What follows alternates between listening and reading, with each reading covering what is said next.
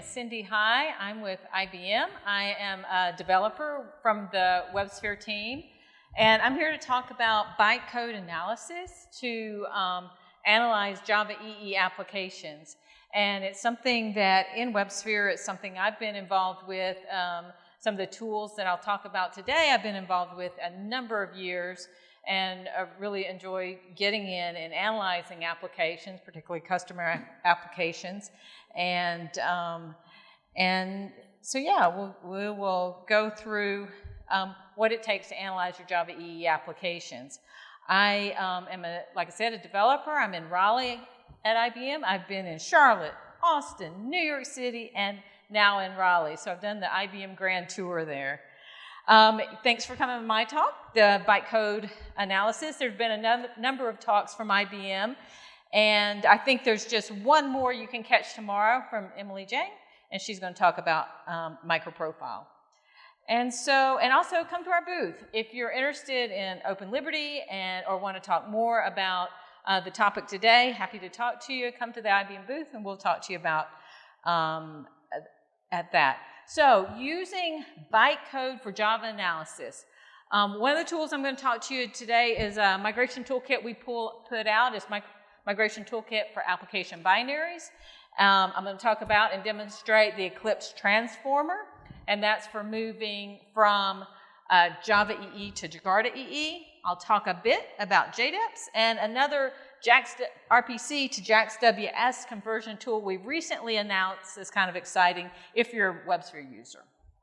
And so, yeah, even though these tools were developed within the WebSphere organization, you don't have to be using WebSphere to get value from them. They're free to download, and just you can go ahead and download them and use them.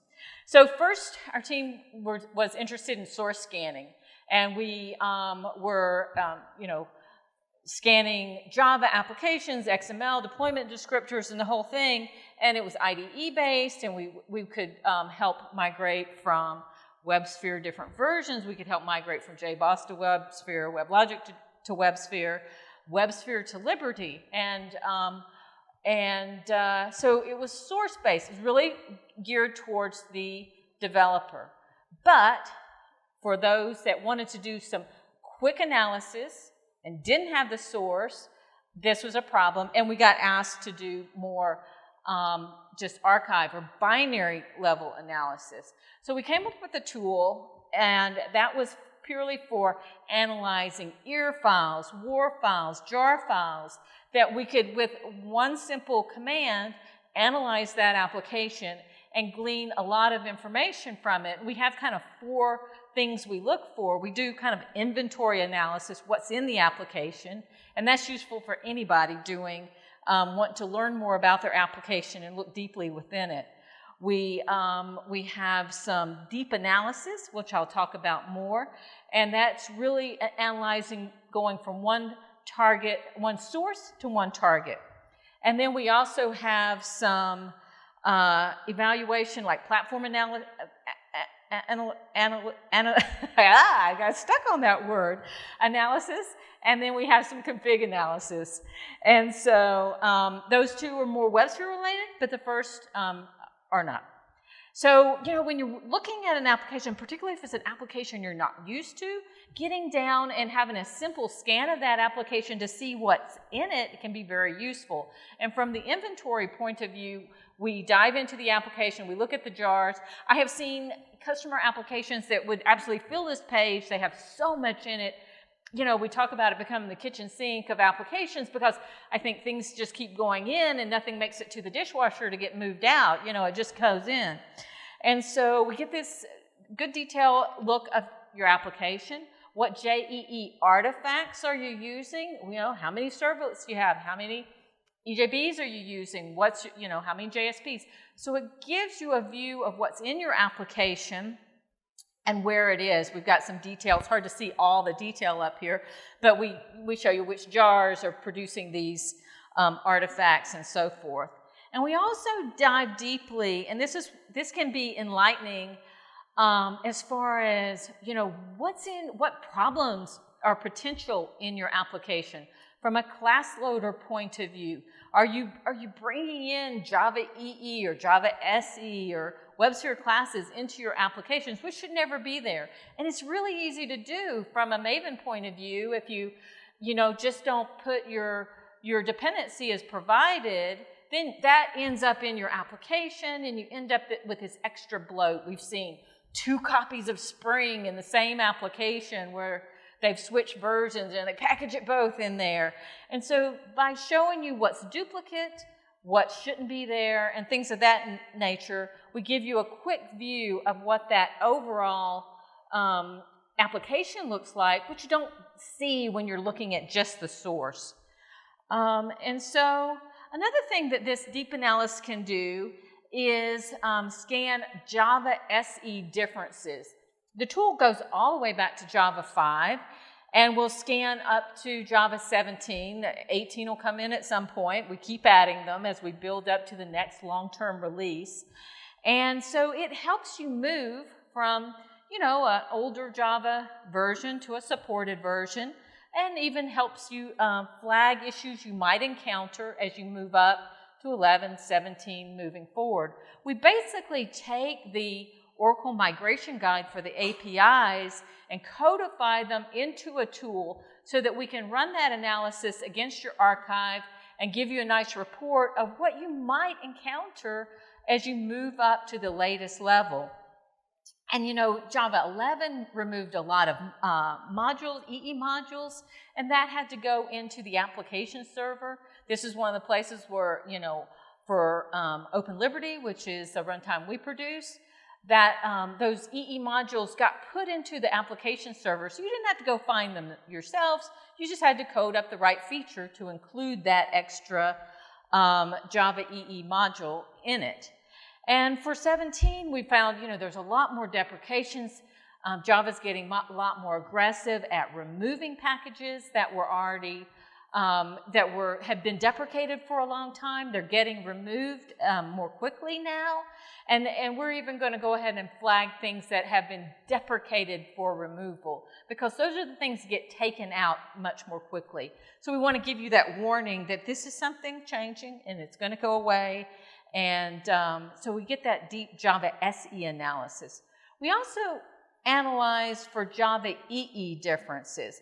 Sometimes there's spec clarifications between Java EE levels. Sometimes things get deprecated. There could be, especially in WebSphere, sometimes there's implementation changes. And it accumulates a lot of little changes that can go in to affect different levels of Java EE, Jakarta EE. So right now the tool goes up to Jakarta EE 8. We've got more to add, and we do continually add to the tool as we go forward. So we can analyze those Java EE differences as well. And what's cool about this tool, last year we added the ability, all our rules are written in just an XML rule format. So we included the ability for you to write your own rules. So if you had a certain set of modernization you wanted to do on your applications and wanted to do some deep analysis on it, you could form your own rules to analyze and scan your applications. Some people have used these rules as part of their build process and run the tools during their Maven build process. And we are out on, the binary scanner is out on Maven if that's something you're interested in doing. But the rules themselves are very simple XML format files, and we will, got the link here to show you where to get the description. I'm going to demo these and running these rules in a few minutes and show you how to write these rules. And if you are using Liberty, Open Liberty, the binary scanner can help create a feature list and some configuration. If you're moving from traditional WebSphere to Liberty, then we can scan and get a more complete configuration for you, because we can pull that out of the traditional WebSphere configuration, and just additional analysis, if you want to move to Open Liberty. So that's if you're in the WebSphere family. So how do we do this? We're using ASM to crack open these modules. We, basically iterate across the EAR, WAR, jar file, and as we're processing each class or properties file or XML file, we're visiting it using ASM, and then of course for the XML files and the other property files and stuff, we parse those as we go. Run each kind of artifact that we're interested in against a set of rules to collect all the information of what we want to gather and hold and report on behalf of the whole application. So we do this as a part of the full scan of the application. So that's binary scanner. So if you're ready for your application to go ahead and look, you've heard a lot out here about Jakarta EE. If you're ready to move an application to, say, Jakarta EE9, the main thing that happened there, and there's new implementations and new content as well, but the big thing, if you know, is it moves from JAX packages to Jakarta packages in the naming structure of the API because of a requirement to change that name, and they could no longer use JavaX. So that affects a lot of things. There's the classes, the manifest file, the deployment descriptors, configuration for your server. So there's lots that you might get affected by as you move from Java EE to Jakarta. And for that, we have a tool. It was originally developed by IBM, the Open Liberty team, and it's called the Eclipse Transformer, not because it's a part of an Eclipse IDE, but Eclipse Foundation. And so what that does is it takes a Java EE application using JavaX APIs, and you go through either a command line, which I'm going to do for you, or you can do it through a Maven Gradle process as well. And it's, again, working on those binaries. And it takes those binaries and transforms that WAR or EAR into a Jakarta EE application. And it substitutes what it needs to do from the JavaX to the Jakarta, and then you can take it and run. And we've done it. We've used it ourselves. Of course, the Liberty team uses it all the time. We use it to create our, say, test modules. We need some Jakarta test modules. So we take a Java EE test application, convert it to Jakarta EE, and there we go. We don't have to write any code. We've got a Jakarta module. And then off it can deploy to Liberty. And I will say, the other application servers, many of them contribute to this Eclipse Transformer, and many of them use it as part of their tool chain for moving applications to Jakarta. And a couple other tools I want to mention, jdeps. If you're still like on an older Java 8, they've really cracked down on using the internal Java packages. And there's a way to use jdeps to scan your applications and specifically focus on those JDK internals that you may be using. And that accepts, you run that against jars, class files, whatever, and it gives you this very long report on everything you're using and the dependencies within your application. I will say that if you're going to run jdeps and you want to use jdeps, you definitely want to use it at the JDK level, which you're going to target, not where you're coming from. It's been there since Java 8, but it's going to focus and give you good information based on where you're running it. So, as more and more things have become internal, then you want to use it at that level that you're running against. So jdeps is a good, another class analyzer that to have in your repertoire of tools and techniques. And I wonder, this one's WebSphere-ish, but I would still want to use it because a lot of old applications use JAX-RPC. It's older. It was like the first web service technology.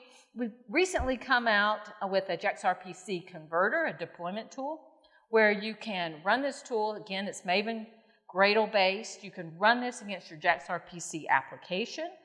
Run it. It's the last thing after you've compiled. You've got your tool ready, your application ready to go. it has a validator process. If you know anything about JAX-RPC, you know it's a superset of what JAX-WS is. So it validates whether you're using constructs that can are valid to directly convert to JAX-WS. Runs that pre-validator. If that succeeds, then it will go ahead, proceed with going through your whole application, convert the JAX-RPC to JAX-WS. In Liberty case, then you can configure the JAX-WS feature, and off you go, and you can deploy it. And that's something available for WebSphere. So I am going to show a little demo here, a couple demos here. The first thing I wanted to show is the binary scanner itself. And, you know, I had a few screenshots for it. It's a very simple tool, and I've kind of typed it out here, but java-jar, we don't even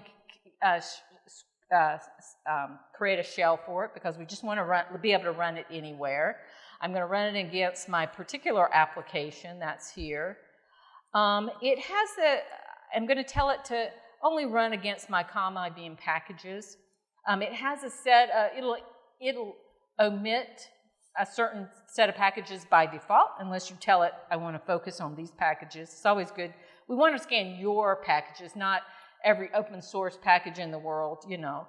I've told it my both source and target is Open Liberty, so not really scanning for differences within, say, you know, one application server to the other. We're just maybe looking at the differences between going from Java EE7 to Java EE8, and then I've done a source Java and a target Java.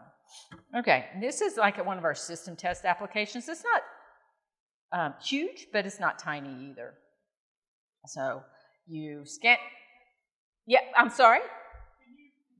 I can. I did it some, but probably not enough. And of course now, ooh. All right, is that good? All right, so that popped up a report that ran. And there it is. It's got some different sections to the report. We've noticed some various things. If you come over here, by default, we're going to run all the reports. So there's a technology report, migration, detailed analysis report, there's the inventory report, and then the configuration. When I was showing you earlier in the slides, this is a bit of the inventory. We get that view of what's in the application. We get that view of what technologies that application is using. And we get all the details of, you know, what codes, what potential class loading issues you've got, what's duplicated, what's not even used that you can go ahead and take out of the application, and so forth. And we get down to lots of information.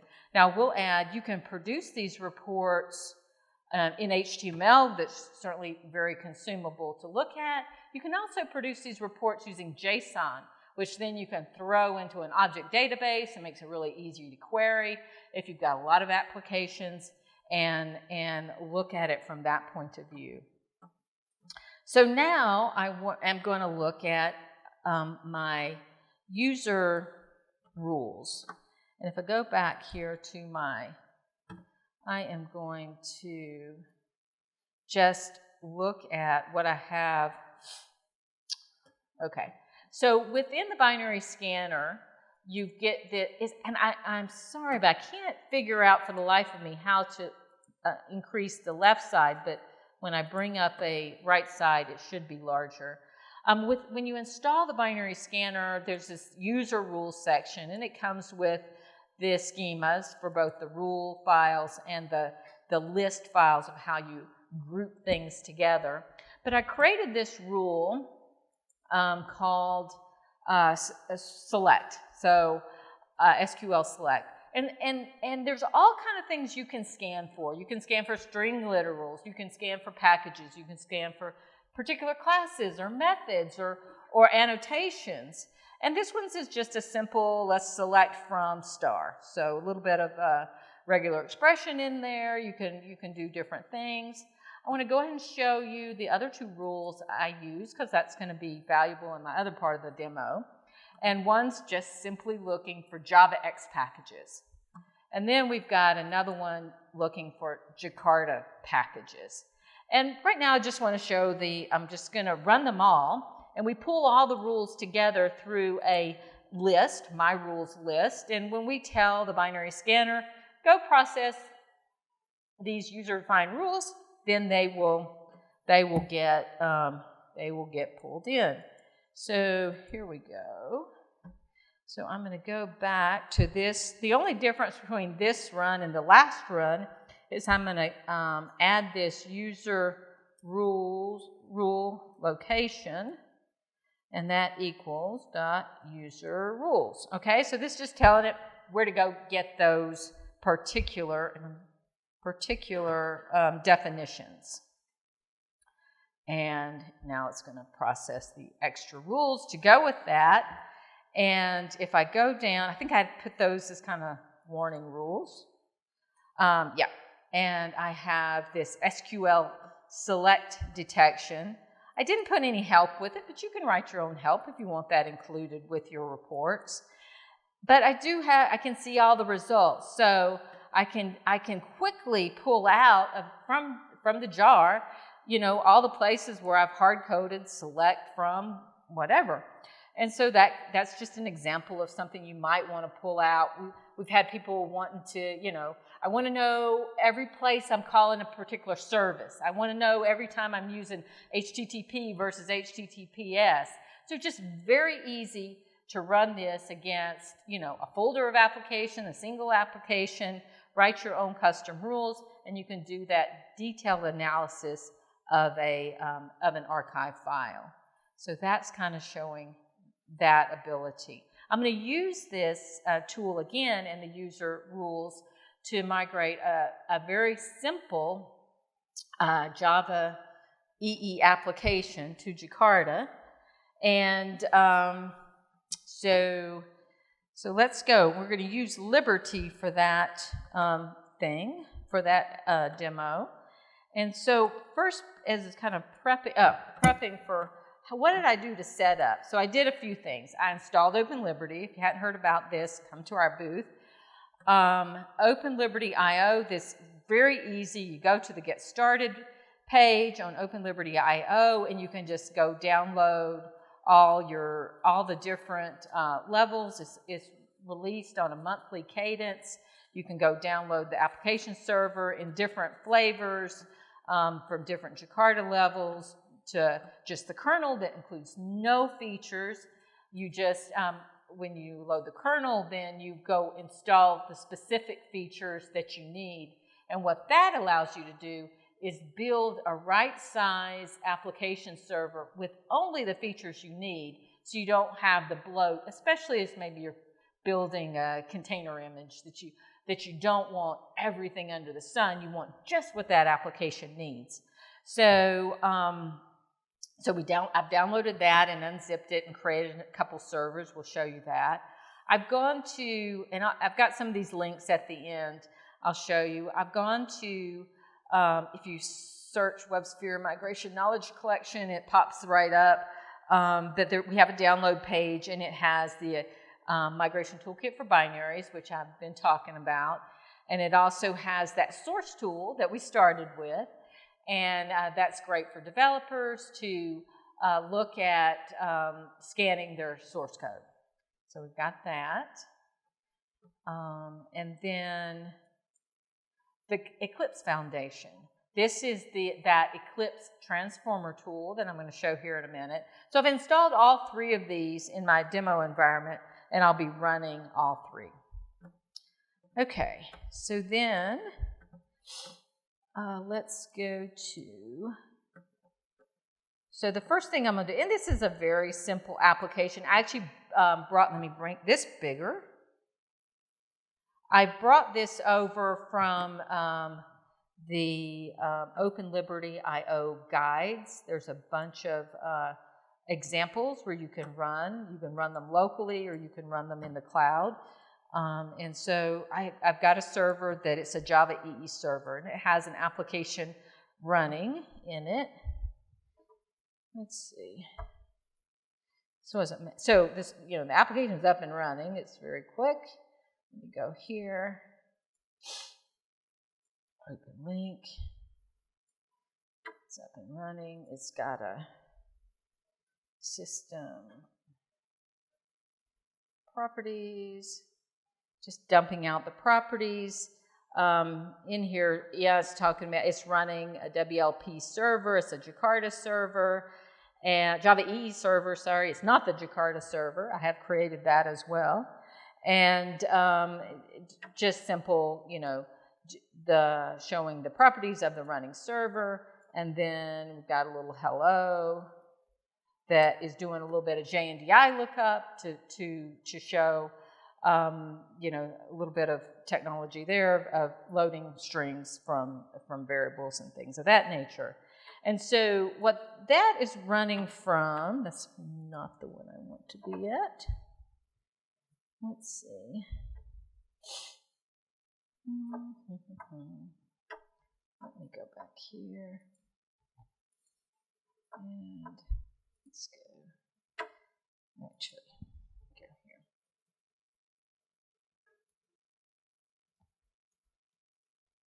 Sorry, that one's a little too, but I'm just trying to get the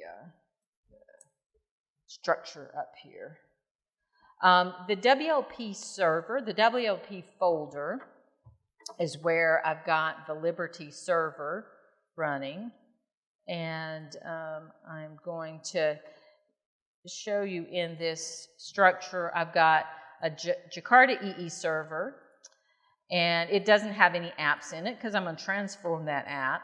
It has a Java EE server. It's there. It has an app in it. That's the simple app. It's actually one of the Liberty Guides applications. And then it's got, let's look at the server XML. You know what? I've got these things called glasses that do help me read better in this small space. So if you haven't seen a Liberty server XML, you define which features you want to use in it. You define the application. Here's the application name. And this one has a few GNDI naming variables that are configured for the app that was part of that hello. So that was the application running. So when we scan that application, so let's go back to the app server. We're going to do a Java dash. You know what? Let's help you out and get that off the, well, I don't know if here. Clear will do it.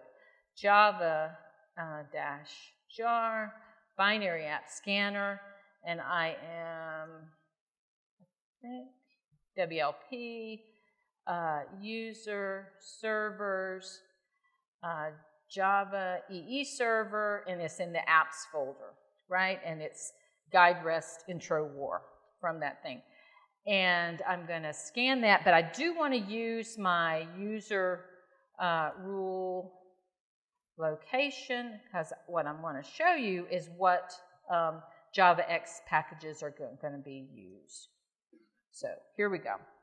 So this, like I said, it's a simple app. We use this technology on much more complicated apps than this, but we see in here we have detected a number of JAX-RPC packages, and they're JAX-RPC, there's some naming packages, and just a couple technologies that are being used by this application, right? So we've used the binary scanner to see what's in that application from a JavaX point of view. So next, let's use the Jakarta tool, transformer tool. And so here we go on that. We're going to go java-jar org. And then we tell it where we're coming from. And I think this is users, servers, Java EE server, apps, guides. So we're going to start with that application. And we tell it where to put it. So we're going to go to the WLP user, servers, Jakarta, because I've configured that Jakarta server already. Apps, oh, there's no app there. There's a DS data store, because Mac likes to do that everywhere. But we want to call this thing, the name of the app we're going to call it, because I've already configured it, is going to be Guide Rest Intro Transformed.war, right? So just like that, it's done. We've taken that WAR file taken that WAR file out of the Java EE server, converted it, and now it's running in the it's in the Jakarta server. It's not actually running yet. So what are we going to do? We're going to go back to where we're running the Java EE server. Let's break that. We're done with that. And now we're going to do a server run of the Jakarta server to server. That's the other one. Boom, it's up and running. It's loaded a different set of Jakarta features. And, oh, it was not found. Transformed. So I did some typo, probably. Let's go find it. Let's go figure out what I did wrong here.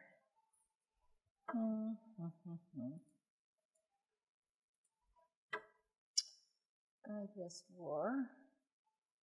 And I might have to do it again. Guide rest war. Yeah, I did I left the R out. So you know what? Let's do this. It'll show you a different feature of a Liberty. I can simply fix that typo. I was supposed to call it intro, and I left the R out. So let's save that. And the server is actually going to reload it. Fix it right up. And then it figured it out, and it's loaded the application. So it's up and running now. Just by me editing the server XML, it found the application, and now it's up and running. You know, in WebSphere older days, you know, you'd be relaunching the server and things of that nature. But Liberty, it is very dynamic. It's going to pick up config changes. It's going to pick up class changes. It's going to just pick it up and go. So that wasn't a planned error, but it kind of shows a nice feature of Open Liberty.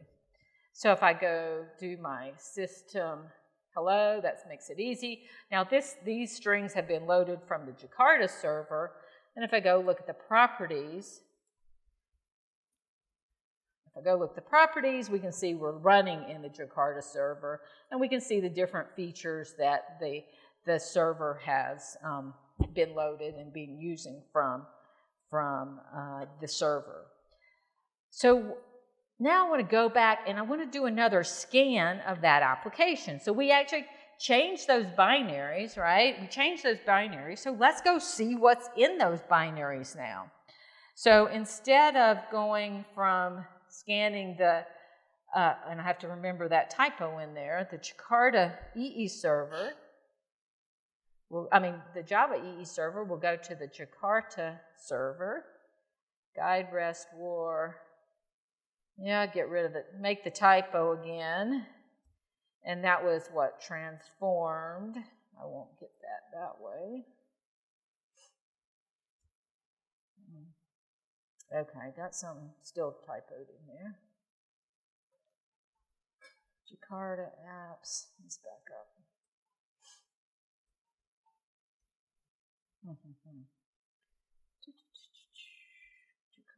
I missed the A.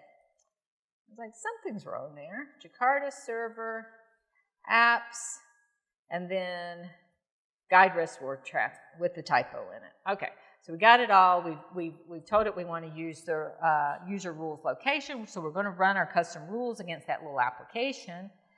And it's running, and there we go. This is kind of interesting, and this is what I thought about it the first time I ran this. I've got 2 rules getting hit. I'm not just hitting 1, I've got 2. So let's jump down in the application, and we've got that we are hitting some Jakarta packages, and we're seeing we still have some JavaX packages. And so if we show the results on that, we see that the JAX-RS packages have been fully switched to Jakarta. And we've made that conversion within the tool. But what about these JavaX? I thought all the JavaX would be changed. But no, JavaX naming is still part of Java SE. It's not part of that Jakarta, Java EE to Jakarta EE difference. So this tool has codified, of course, all the, you can't just go blindly convert every Java X to Jakarta. You've got to do it thoughtfully, depending on what, what packages you're using, which stay, and know which are Java SE, which are Jakarta, and make those appropriate changes. And that's one of the really cool things about the Java Transformer. Of course, all that's built into it, and it knows the differences and handles everything appropriately from that point of view. And like I said, it's got we've got special. It automatically will do manifest and XML and config. We have some special libraries for just Liberty. Probably other application servers have their own packages that go with the transformer for their application server. So depending on what application server you'll probably find some really useful extra tools to go with that.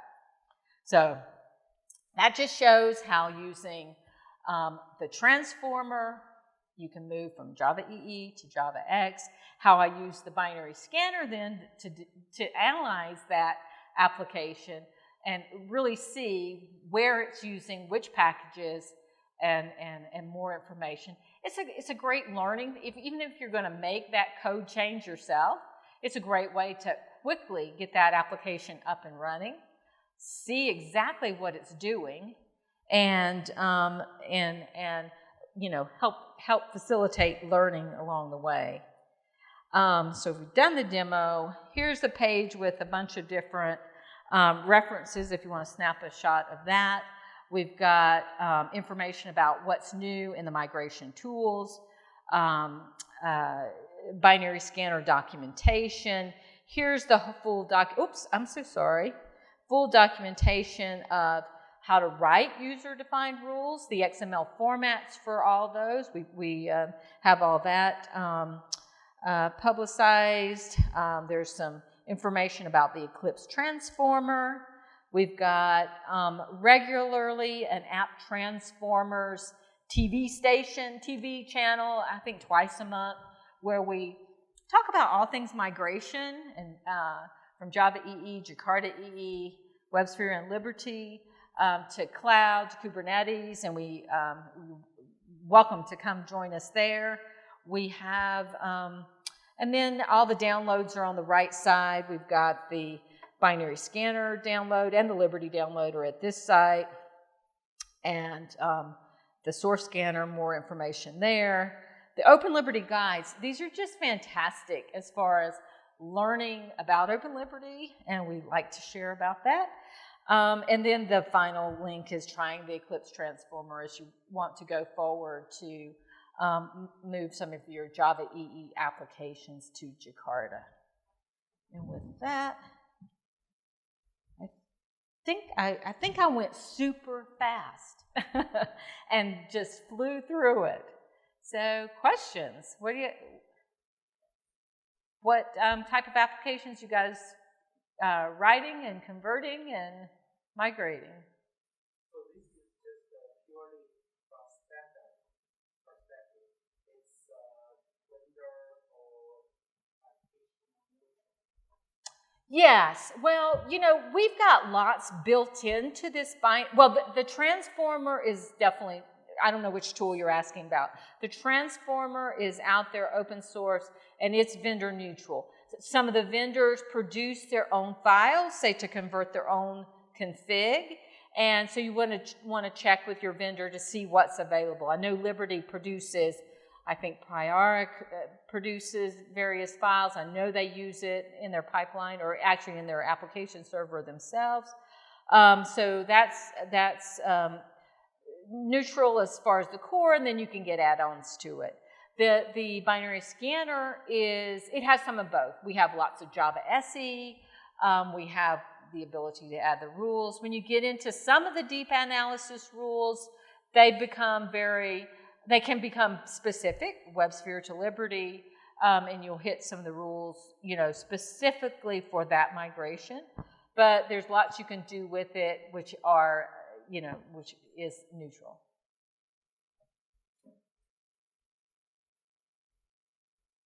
Okay.